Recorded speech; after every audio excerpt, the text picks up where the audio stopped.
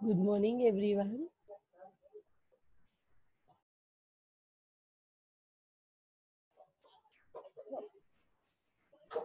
Let us start with the sum.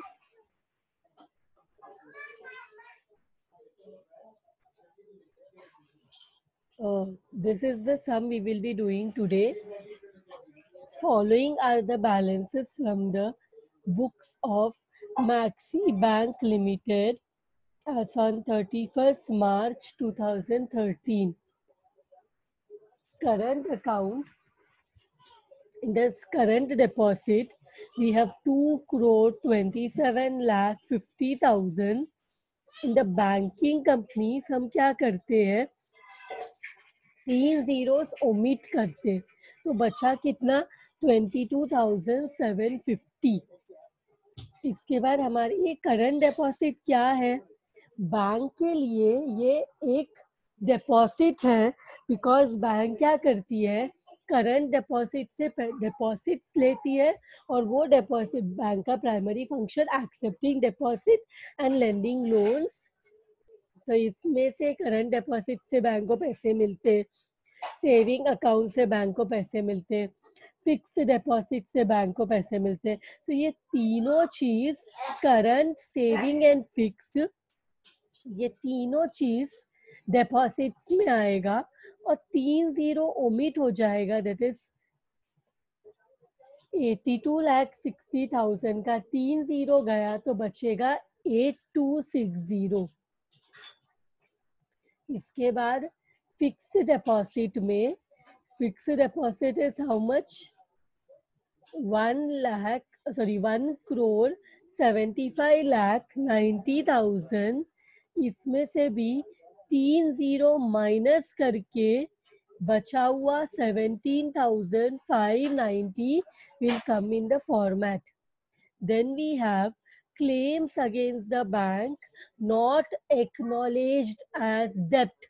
ये क्या है, these are the claims, मतलब बैंक को इतना पे करना है, बट अभी तक ये डेप्थ करके एक्नॉलेज नहीं हुआ है.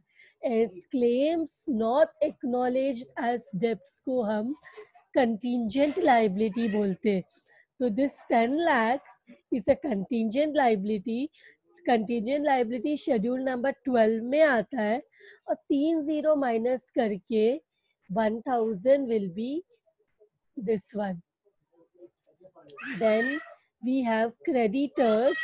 Creditors वैसे तो नॉर्मली बैंक में बिल्स पेबल करके है फॉर्मेट में अगर आपको जो मैंने फॉर्मेट दिया है बैंकिंग कंपनी के शेड्यूल्स का, तो सबसे पहला शेड्यूल होता है जो कैपिटल का, सेकेंड होता है रिजर्व्स एंड सरप्लस का, थर्ड होता है डिपॉजिट का, फोर्थ होता है बोरोइंग्स का, फिफ्थ होता है अदर लाइबिलिटीज एंड प्रोविजन का.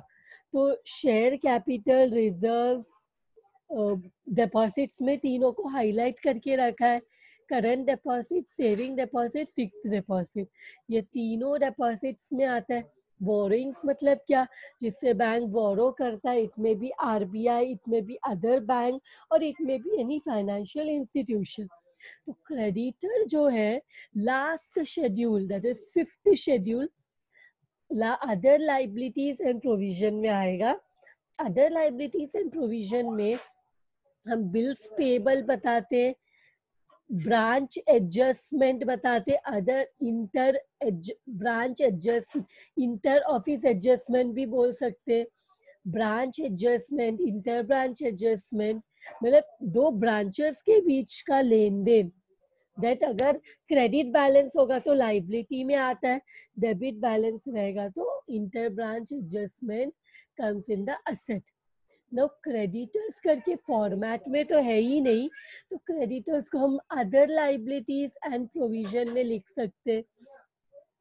फिर बिल्स रिसीवेबल, बिल्स रिसीवेबल किधर आएगा, bills receivable, I guess there is some, whether I have wrote the question properly. Creditors है, फिर हमारे पास बिल्स रिसीवेबल है. बिल्स रिसीवेबल जो बैंक को मिला है इट में come under bills receivable cash bank सबसे पहले असेट साइड में रहता है cash in hand and balances with RBI. तो वहां पे तो ये नहीं आएगा बिकॉज ये कैश बैलेंस तो नहीं है। Balances with other bank, balances with other bank and money at call and short notice, यहाँ पे भी this will not come।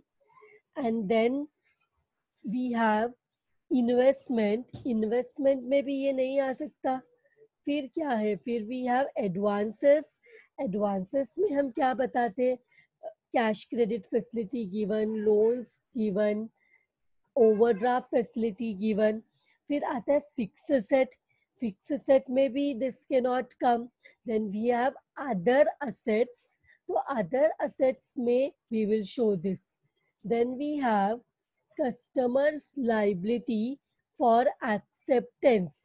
So see, one minute, there is a, this is what, there is a, I just saw the question.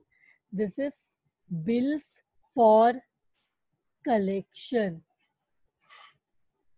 This is bills for collection 90,50,000। so क्योंकि bank में bill receivable ऐसा कुछ होता नहीं है, that's why I was thinking ये क्या है, बिल्स फॉर कलेक्शन है ये। इट्स अ मिस्टेक हियर, जो बैंक को कलेक्शन करना है, जितने भी बिल्स रिसीवेबल बैंक कलेक्ट करता है, क्योंकि बिल्स रिसीवेबल बैंक के पास कैसे आते हैं, बाय डिस्काउंटिंग ऑफ बिल। जब बैंक बिल्स को डिस्काउंट करता है तो बैंक के पास बिल्स रिसीवेबल डॉक्यूमेंट आ जाते हैं, और वो डॉक्यूमेंट को बैंक क्या करता है, कलेक्शंस के लिए सेंड करता है। तो ये बिल्स और कलेक्शन इज व्हाट, 90,50,000। और बिल्स फॉर कलेक्शन हम क्या करते हैं, कंटिंजेंट लाइबिलिटी के बाद, बैंक के फॉर्मेट में कंटिंजेंट लाइबिलिटी के बाद बताते हैं बिल्स फॉर कलेक्शन। तो ये कंटिंजेंट लाइबिलिटी के नीचे आएगा। एक और चीज है, सी our textbook there are many small errors in the textbook from many years. These errors are just going ahead, there is no correction in the errors. And then we have customers liability for acceptance, customers liability for acceptance मतलब ये अगर customer ने ये bill को accept किया मत तो कोई प्रॉब्लम नहीं है, बट ये एक्सेप्ट नहीं हुआ तो the liability will come over the bank to pay this amount. तो ये क्या है, customers liability for acceptance, this may arise customers liability for acceptance if the customer accepts, कोई बात नहीं, बट अगर कस्टमर एक्सेप्ट नहीं करता तो ये लाइबिलिटी बैंक के ऊपर आ जाएगा, फिर बैंक को ये अमाउंट पे करना पड़ेगा। तो ऐसे अनसर्टन लाइबिलिटी को हम कंटिंजेंट लाइबिलिटी बोलते हैं। What do we call it, contingent liability. Then we have branch adjustment. पर ब्रांच एडजस्टमेंट में ये कौन सा साइड अमाउंट कौन सा है, क्रेडिट है। ब्रांच एडजस्टमेंट मतलब दो ब्रांचेस के बीच का लेन देन, may be it is to the bank, the particular maxi limited bank can receive और कैन पे ऑल्सो, बट यहाँ पे क्योंकि ये क्रेडिट में है, क्रेडिट मतलब लाइबिलिटी, मैक्सी लिमिटेड बैंक को ये पैसा पे करना है दूसरे ब्रांच को, तो ये branch adjustment other liabilities and provision में आएगा, अदर लाइबिलिटी एंड प्रोविजन। सो इसके बाद व्हाट एल्स वी हैव, इसके बाद we have reserve fund. Reserve fund will come under reserves and surplus. Then we have capital. Capital सबसे पहला schedule होता है बैंक का कैपिटल, फिर होता है रिजर्व्स एंड सरप्लस, फिर होता है डिपॉजिट्स, फिर होता है बोरोइंग्स। सो ये जो कैपिटल है, जो कैपिटल है ये सबसे पहले शेड्यूल में आएगा। This will come in the very first schedule of the bank.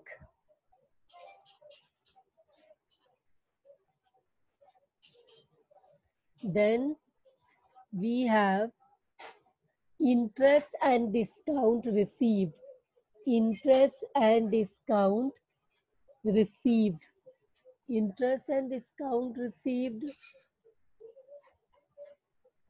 इस इनकम इंटरेस्ट मिल रहा है. बैंक का मेजर इनकम में होता है इंटरेस्ट से और डिस्काउंट से.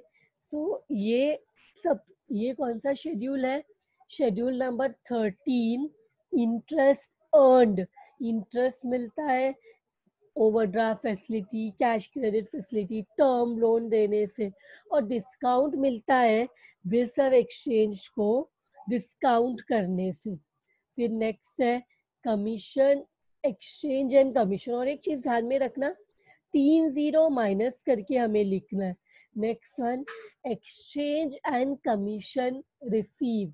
एक्सचेंज एंड कमीशन रिसीव्ड ये कितना रहेगा?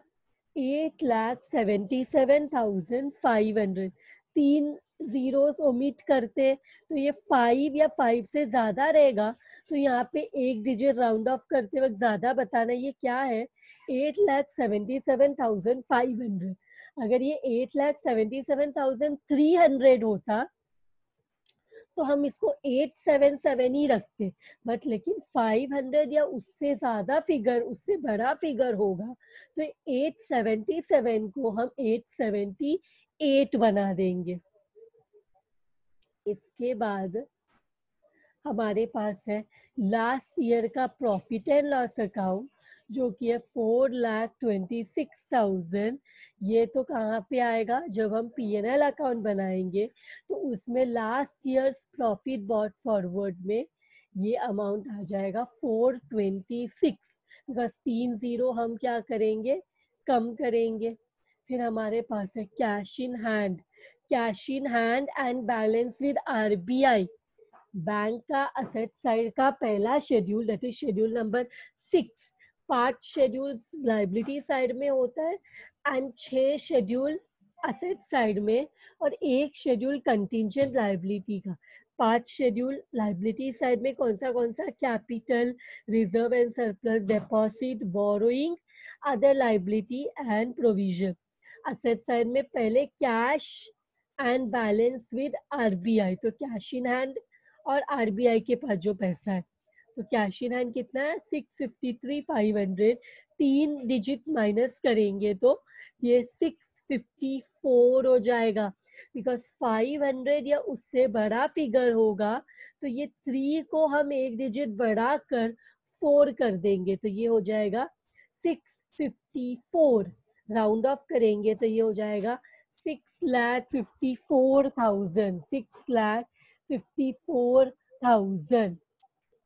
इसके बाद cash at bank is, cash at bank is 30 lakhs. ये क्या है?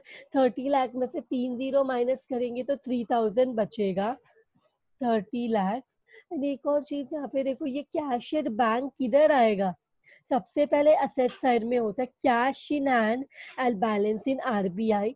दूसरा होता है balances with other bank and money at call and short notice. तो ये कैश एट बैंक मतलब दूसरे बैंक में जो पैसा रखा है तो ये किधर आएगा? शेड्यूल नंबर 6 के बाद शेड्यूल नंबर 7 में आएगा balances with other banks, balances with banks and money at call and short notice. ये अगेन रिपीटेशन है, देखो. इसके बाद bills for collection 90,50,000. Bills for collection, sorry, bills for collection 90,50,000. ऊपर भी देखो, बिल्स फॉर कलेक्शन 90,50,000. ये this is what, this is just a mistake in the question. Double बार एक ही चीज दिया हुआ है तो मैं क्या करूंगी, इसको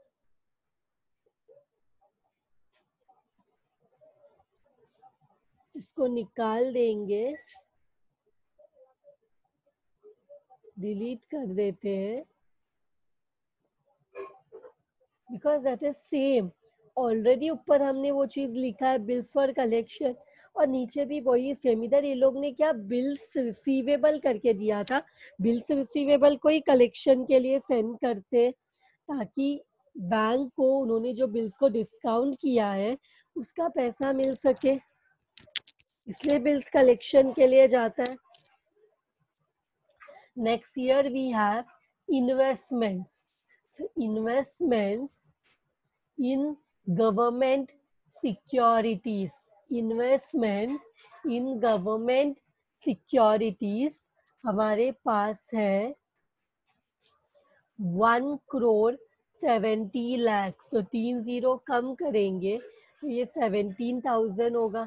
फिर इन्वेस्टमेंट किया है शेयर्स में 79,50,000, 30 कम करेंगे तो ये हो जाएगा 7,950।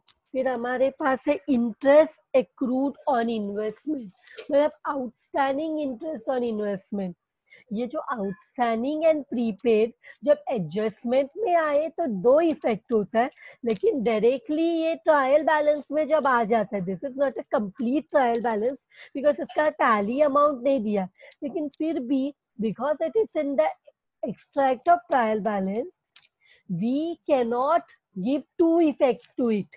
तो ये इंटरेस्ट एक्रूड मतलब आउटस्टैंडिंग इंटरेस्ट ऑन इन्वेस्टमेंट, ये आउटस्टैंडिंग इंटरेस्ट ऑन इन्वेस्टमेंट है, मतलब ये इनकम है, आउटस्टैंडिंग इनकम है, ये आउटस्टैंडिंग एक्सपेंस है। ये वो इंटरेस्ट है जो इन्वेस्टमेंट में फ्यूचर में मिलेगा बिकॉज ये मिलना बाकी है, आउटस्टैंडिंग है बट अभी तक मिला नहीं। दो टाइप होते हैं, प्रीपेड होता है इनकम जो ऑलरेडी मिल चुका है, एक दूसरा होता है आउटस्टैंडिंग इनकम जो मिलना चाहिए था लेकिन अभी तक मिला नहीं है। एक्रूड मींस आउटस्टैंडिंग, मतलब ये इंटरेस्ट इन्वेस्टमेंट में आउटस्टैंडिंग है, मिलना चाहिए था लेकिन अभी तक मिला नहीं है। तो आउटस्टैंडिंग एक्सपेंसेस आपको पता होगा लाइबिलिटी में आता है, पर आउटस्टैंडिंग इनकम मतलब फ्यूचर में ये इनकम मिलेगा, फ्यूचर में कुछ भी इनकम मिलने वाला है तो वो असेट हो जाता है। अब असेट में हमारे पास कौन सा शेड्यूल है, cash in hand, balance with RBI, balances with other bank and money at call or short notice, investment advances, fixed asset। ये किधर भी ये आउटस्टैंडिंग नहीं आएगा, ये आउटस्टैंडिंग इंटरेस्ट जो है ये किधर आएगा, अदर असेट्स में। किधर आएगा, फिक्स असेट के बाद अदर असेट जो है ना उधर आएगा। Then we have loans and cash credit. Bank जो है उसका प्राइमरी फंक्शन है accepting deposits and lending loans. Deposit तो यहाँ 3 जगहों से बैंक ने ले लिया, अब ये डिपॉजिट को कैसे बैंक रिटर्न करेगी, by giving loan and cash credit facility. So ये लोन और कैश क्रेडिट को हम एडवांसेस में लिखते हैं। किधर लिखते हैं, एडवांसेस में। सो एडवांसेस में आएगा ये, this will come in the advances.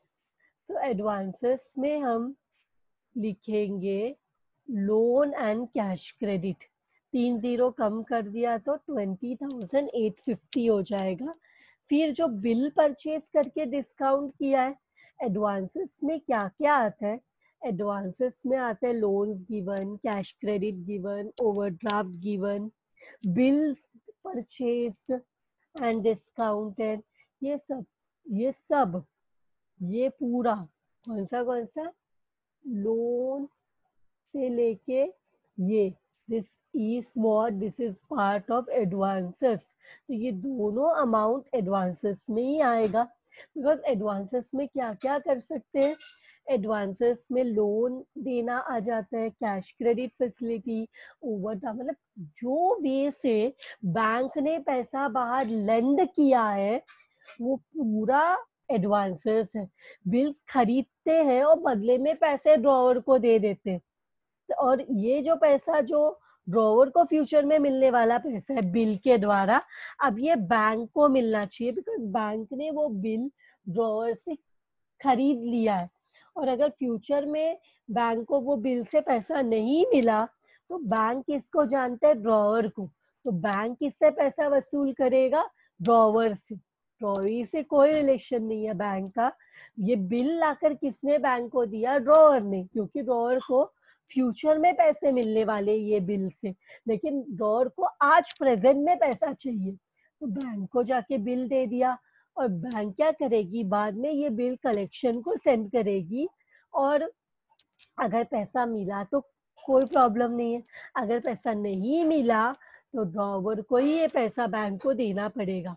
इसके बाद we have furniture, fixture, office equipment. तो फर्नीचर, फिक्सचर ये क्या है? फिक्स एसेट में आता है। फिक्स एसेट में बैंक का लैंड एंड बिल्डिंग, बैंक का प्रीमाइसेस आता है, और अदर एसेट आते हैं, दैट इज फर्नीचर, फिक्सचर। तो ये शेड्यूल नंबर 10 में आएगा, फिक्स एसेट। फर्नीचर, फिक्सचर किधर आएगा? फिक्स एसेट में आएगा, fix asset. Next we have depreciation on asset. Depreciation on asset. Depreciation income है, एक्सपेंस है, असेट है, लाइबिलिटी है। Depreciation correct is a expense. Depreciation is a expense. So ये जो depreciation on asset है ये एक्सपेंसेस में आएगा।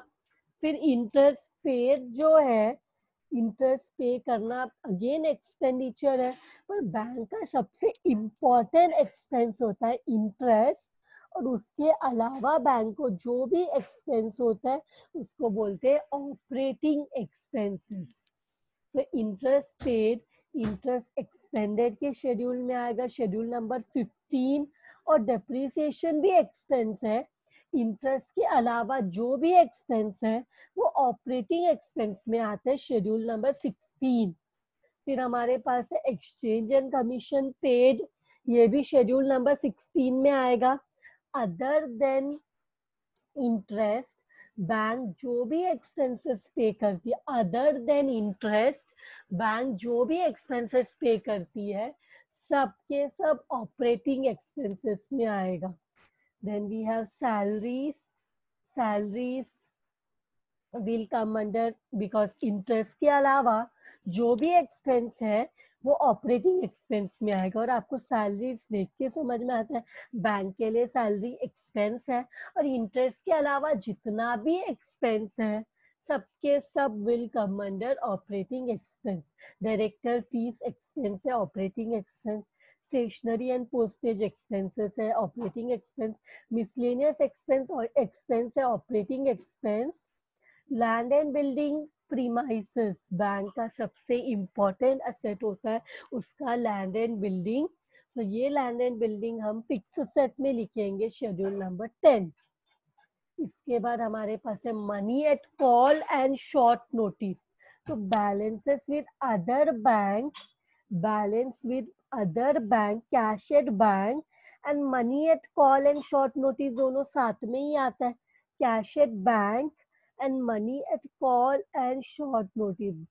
Bank balances in bank and money at call and short notice दोनों एक साथ आते हैं। फिर we have non-banking assets taken on satisfaction of claims.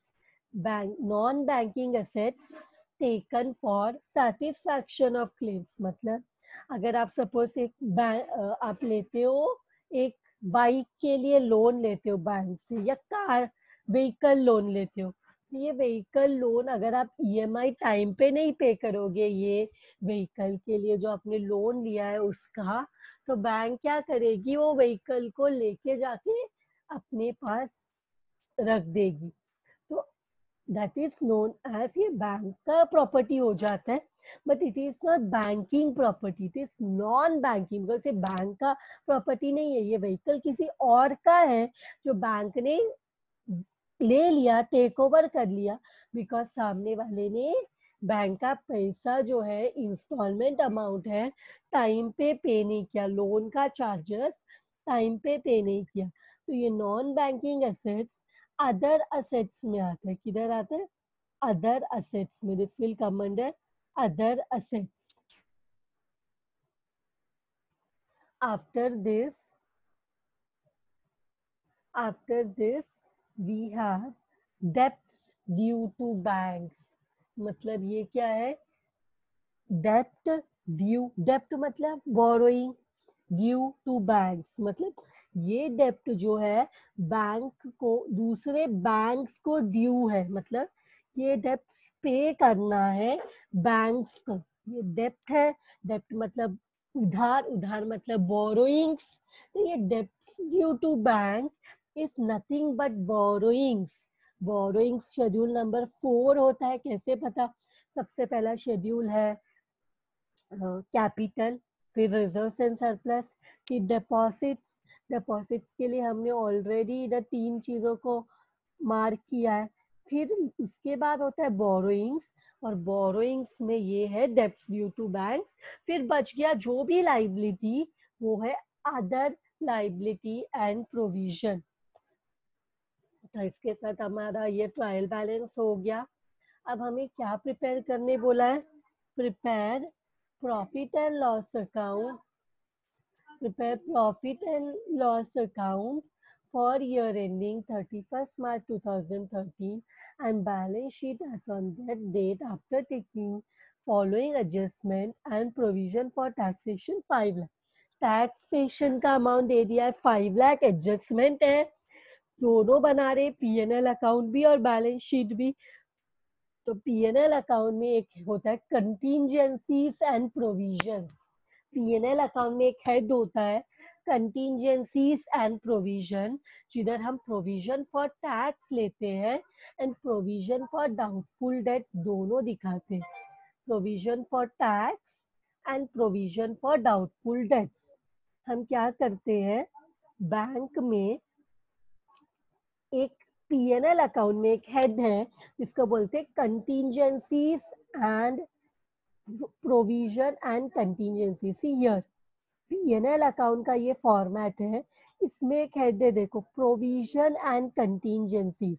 जो इनकम और एक्सपेंडिचर लिखने के बाद ऑपरेटिंग एक्सपेंसेस के नीचे आता है प्रोविजन एंड कंटीजेंसीज। इसमें हम क्या लिखते हैं? इसमें हम प्रोविजन फॉर टैक्स लिखते हैं और प्रोविजन फॉर डाउटफुल डेट्स। तो तुम लोग को हमेशा ध्यान में रखना है प्रोविजन एंड कंटीजेंसीज में दो ही चीज आएगा, एक तो होता है प्रोविजन फॉर टैक्स और दूसरा होता है provision for doubtful debts.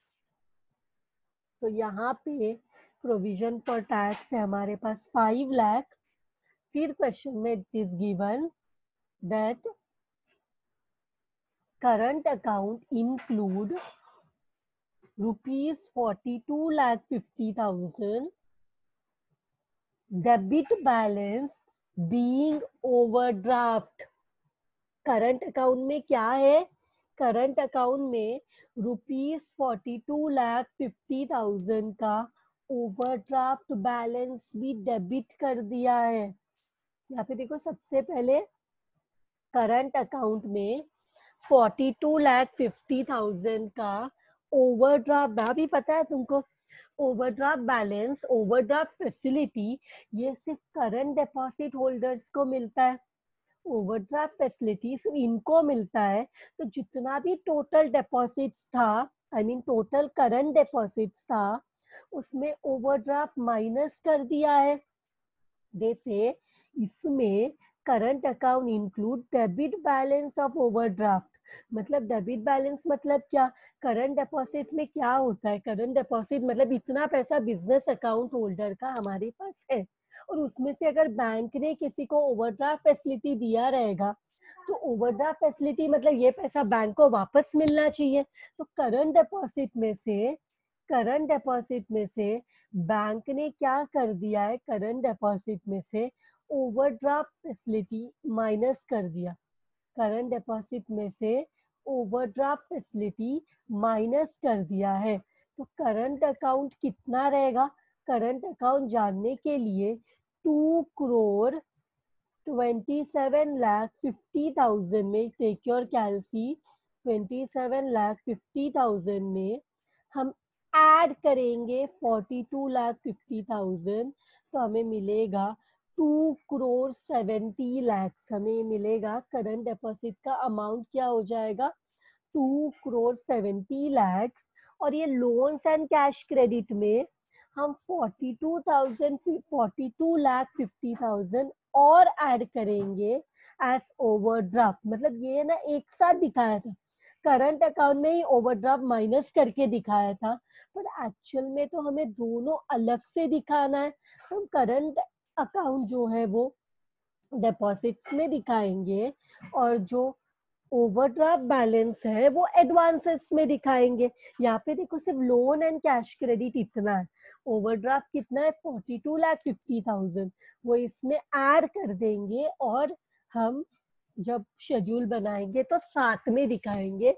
Overdraft asset side में दिखाएंगे और करंट डिपॉजिट लायबिलिटी साइड में without deducting overdraft from current deposit. तो इसके बाद हमारे पास after current account includes rupees 42,50,000 debit balance being overdraft and one of the accounts of rupees 50,000, one of the accounts of rupees 50,000 including interest of 5,000 was doubtful debts, provision for doubtful debts। तो यहाँ पे देखो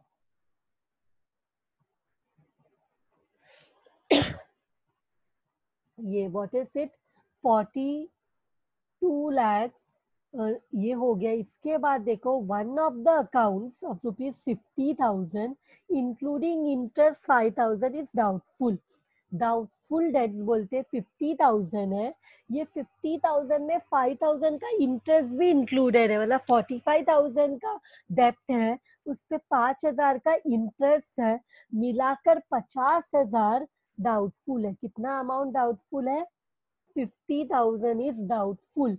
तो हम doubtful debts को तो provision and contingencies में बताते हैं, हम डाउटफुल डेट्स को किधर बताएंगे? प्रोविजन एंड कंटीजेंसीज में बताएंगे। एक और चीज बताओ मुझे, ये जो प्रोविजन फॉर डाउटफुल डेट्स होता है जो एडजस्टमेंट में आता है, वो किधर दो जगह में माइनस होते हैं? डाउटफुल डेट्स एक तो डेटर में से माइनस होता है और दूसरा पीएनएल अकाउंट में दिखाते हैं। तो पीएनएल अकाउंट में ये 50,000 को प्रोविजन एंड कंटीजेंसीज में बताएंगे और हमारे बैंक में हम डेटर्स को एडवांसेस बोलते हैं। हम डेटर को क्या बोलते हैं? एडवांसेस। तो यहाँ पे एडवांसेस है देखो, loans and cash credit. Loans and cash credit में ये 50,000 हम माइनस करेंगे और इसको प्रोविजन एंड कंटीजेंसीज में बताएंगे। दो इफेक्ट है लोन्स एंड कैश क्रेडिट जो कि एडवांसेस में आता है। देखो हमारे बैंकिंग फाइनल अकाउंट में डेटर मतलब सॉरी एडवांसेस मतलब डेटर, एडवांसेस मतलब डेटर। इसके बाद transfer to statutory reserve at 25%, transfer to statutory reserve at 25%, transfer to statutory reserve at 25%। Question में बोलने दो नहीं बोलने दो, हर क्वेश्चन में हमें 25% of the current year profit statutory reserve में ट्रांसफर करना पड़ता है। As per the banking regulation norms every banking company has to compulsorily transfer 25% of its current year profit to statutory reserve। तो इसके बाद during the year a property was acquired in satisfaction of claim amounting to rupees 25,000 है। देखो property acquired in satisfaction of claim, non-banking asset acquired on satisfaction of claim 25,000, satisfaction of claim 25,000 and was sold for 18,000। मतलब ये जो हमने 25,000 में non banking asset को अपने कब्जे में कर लिया था, उसको हमने 18,000 में सेल कर दिया। ये 25,000 में जो एसेट को जब्त किया था हमने, non banking asset acquired in satisfaction of claim 25,000, इसको हमने सेल कर दिया 18,000 में। इसको हमने सेल कर दिया 18,000 में, बट इसका इफेक्ट नहीं दिया है। देखो, the loss resulting therefrom remain unadjusted in the books. अभी तक हमने इसका लॉस को एडजस्ट नहीं किया है, इसलिए तो ये यहाँ पे ऐसे दिखाया नहीं। तो अगर ये नॉन बैंकिंग एसेट्स को हमने बेच दिया तो ये तो ट्रायल बैलेंस में नहीं आना चाहिए था, बेच दिया तो नहीं आएगा। पर इसका जो लॉस हुआ है, मतलब ये नॉन बैंकिंग एसेट को हमने जब माइनस किया तो ये हमें क्या हुआ है, लॉस हुआ है। कितने का लॉस हुआ है? 7,000 का लॉस हुआ है। और loss on sale of asset, sorry, loss on sale of asset किधर आता है? जो profit on sale of asset, मतलब हमारे पीएनएल अकाउंट में एक तो होता है इंटरेस्ट अर्न्ड, उसके बाद होता है अदर इनकम, जिसमें हम प्रॉफिट में से लॉस माइनस करते हैं। जैसे for example, profit in revaluation of investment minus loss in revaluation of investment, profit on sale of asset minus loss on sale of asset. उसके बाद profit on exchange rate fluctuation minus loss on exchange rate fluctuation, profit from joint venture, income from joint venture, ये सब other income जो है, commission, exchange, brokerage, ये सब कुछ हम अदर इनकम में बताते हैं। मतलब इनकम साइड का देखो, अगर हम फॉर्मेट भी देखें पीएनएल अकाउंट का, तो इनकम साइड में we have interest earned and other income. Interest side में we have, sorry, income side में we have interest earned and other income. ये interest earned में क्या आता है? इधर आता है interest earned, discount earned, income from investment, ये तीनों interest earned में आता है। इसके अलावा जो भी इनकम है वो अदर इनकम में आएगा। फिर एक्सपेंडिचर में सबसे इंपॉर्टेंट एक्सपेंडिचर है इंटरेस्ट। इसके अलावा जो भी एक्सपेंसेस होगा वो ऑपरेटिंग एक्सपेंडिचर में आएगा। फिर प्रोविजन एंड कंटिजेंसीज, इसमें दो चीज आते हैं, एक तो प्रोविजन फॉर टैक्स और दूसरा provision for doubtful debts. Income में से एक्सपेंस माइनस करेंगे तो net profit for the year मिलेगा। फिर लास्ट ईयर का प्रॉफिट लॉस कुछ भी दिया है तो इधर ऐड करेंगे, प्रॉफिट होगा तो, लॉस होगा तो माइनस करेंगे।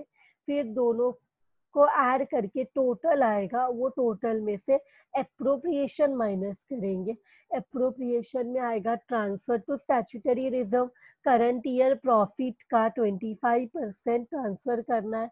फिर अगर कोई दूसरे रिजर्व में ट्रांसफर करने बोला है तो वो ट्रांसफर करेंगे, बट ये क्वेश्चन में ऐसा कुछ भी नहीं है। फिर ट्रांसफर टू गवर्नमेंट और प्रपोज डिविडेंड, ये भी ये क्वेश्चन में नहीं है। लास्ट में जो भी पैसा रिजर्व में ट्रांसफर करके बचेगा वो पूरा का पूरा बैलेंस शीट में जाएगा। This is the, till here it was the question. Now we will solve the solution.